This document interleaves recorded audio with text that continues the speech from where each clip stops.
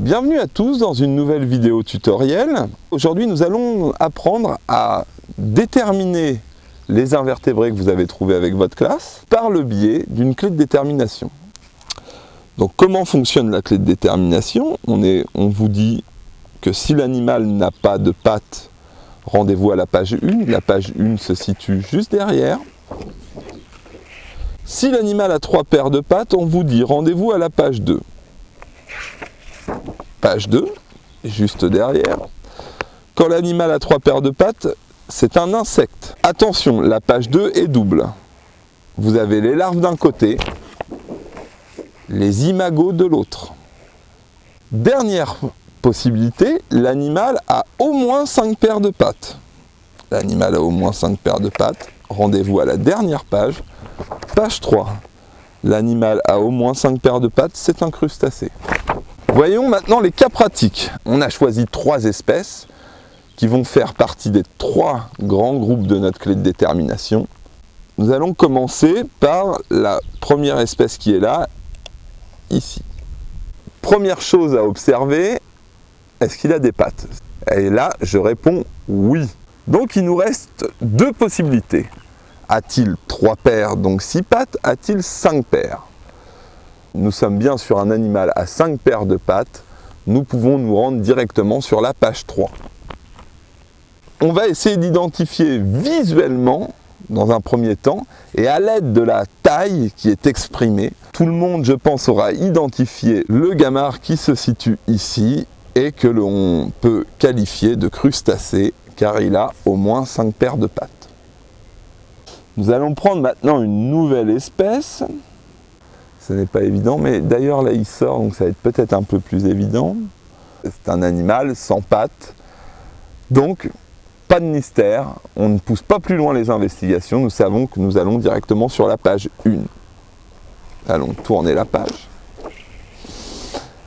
Et là on va enfin essayer de reconnaître un petit peu visuellement par rapport à notre clé de détermination. On nous propose quoi? On n'est pas sur un ver, on n'a pas la forme d'un ver, on n'a pas la forme de cette larve qui se situe là. Donc on est bien sur une forme de mollusque. Hein. On a une carapace en dur et nous avons un pied. Donc on était là sur le limné. Vous aurez bien reconnu quand même cette forme d'escargot. Donc voilà notre deuxième individu et nous on va prendre un troisième. Même travail, on identifie nombre de pattes et avant toute chose, est-ce qu'il a des pattes?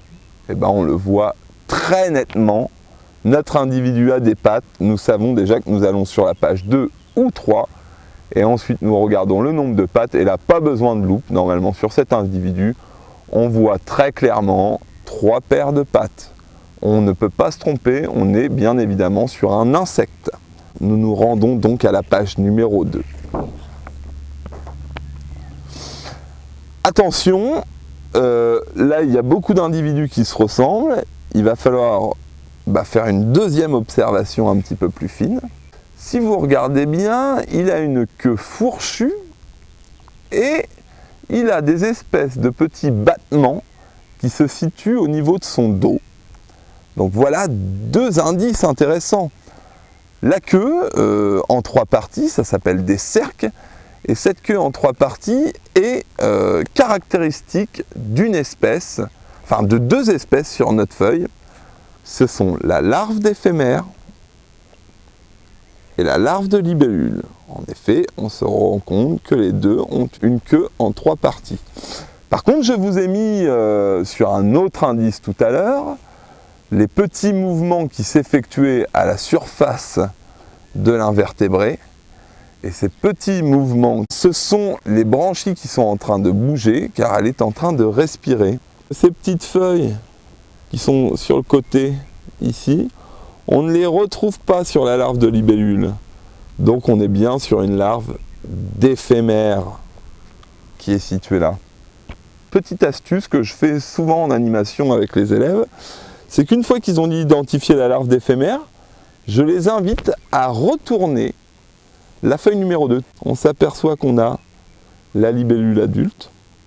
Bon, ce n'était pas ça, mais qu'on a l'éphémère adulte.